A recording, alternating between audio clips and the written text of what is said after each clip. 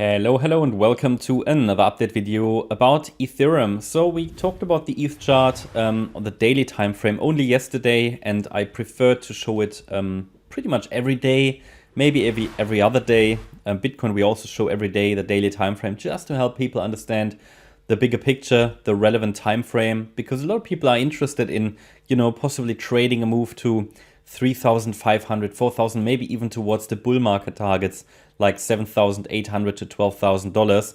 Again, they might still change a little bit, but therefore it is sometimes not very helpful and healthy to focus too much on the micro level. Yeah, if someone's objective is to trade the move to, let's say, 8K. Yeah, sometimes I see that where people are getting very nervous about the smallest time frames, whereas actually their time frame is the daily. Yeah, and then they are, for example, disappointed if they took some profits in one of the micro structure waves on the 1 hour time frame a little bit too early, and then the market goes up because they should have really focused just on the daily time frame, because that's their goal, to trade this. Taking profits, after we had a 10% move on the 1 hour time frame is not really what probably should be done if someone's target or objective is like 10,000, okay? So I just always show these different time frames to get the right perspective and to understand the context and to help people who like to trade different time frames.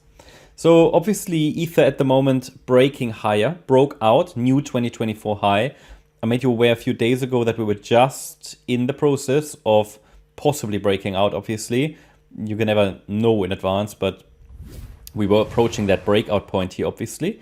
And that this is still the very bullish pathway here for ETH, which hasn't changed in months, really, here, especially on the daily time frame.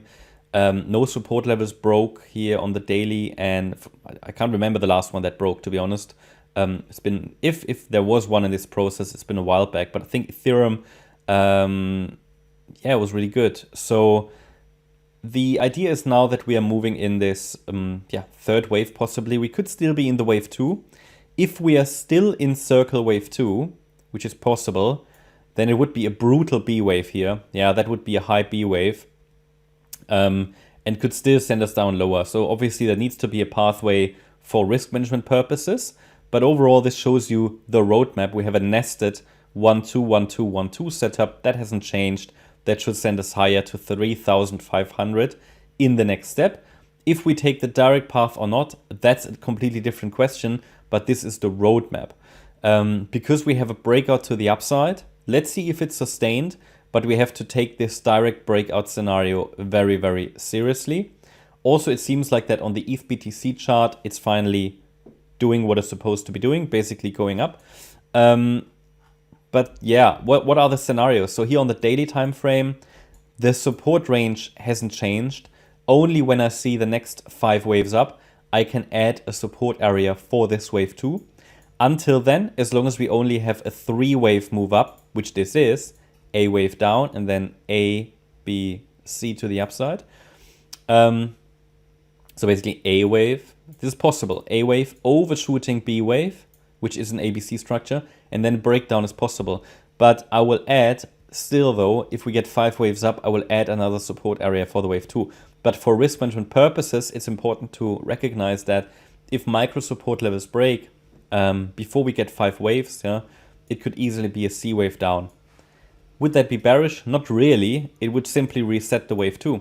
And it would need to restart, attempt a restart of that move to the upside a little later. But so far it's all looking okay. These are just the 2 scenarios. You always need to have a bearish scenario for risk management purposes, and also to identify potential opportunities. Okay, so someone was, I don't get these comments very often, but someone commented yesterday that sometimes the analysis appears a little bit bearish, which I didn't understand at first because this is clearly bullish. However, I then understood what the person meant, and it was not a disrespectful comment. It was just, I think, understanding where I come from.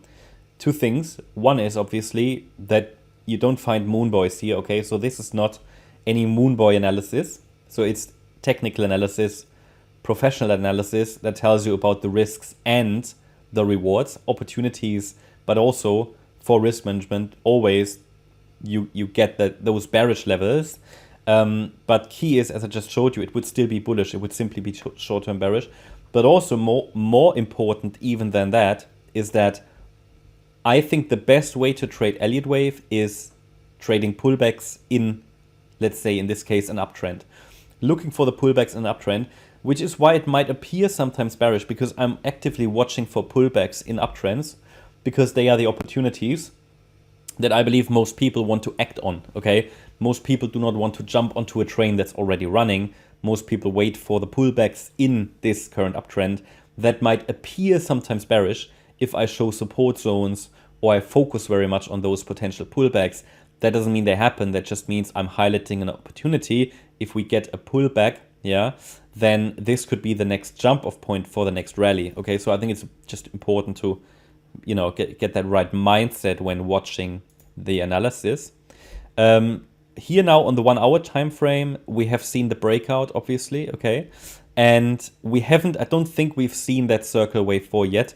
Yesterday it looked a little bit as if we were starting that circle wave 4 there already, but obviously the direct extension means that no, circle wave 4 hasn't happened. This is too shallow for a circle wave 4.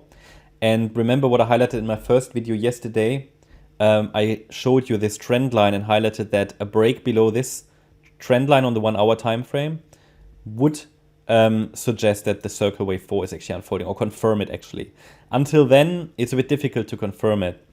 But yeah, I showed you a possible C wave down. That idea did not materialize.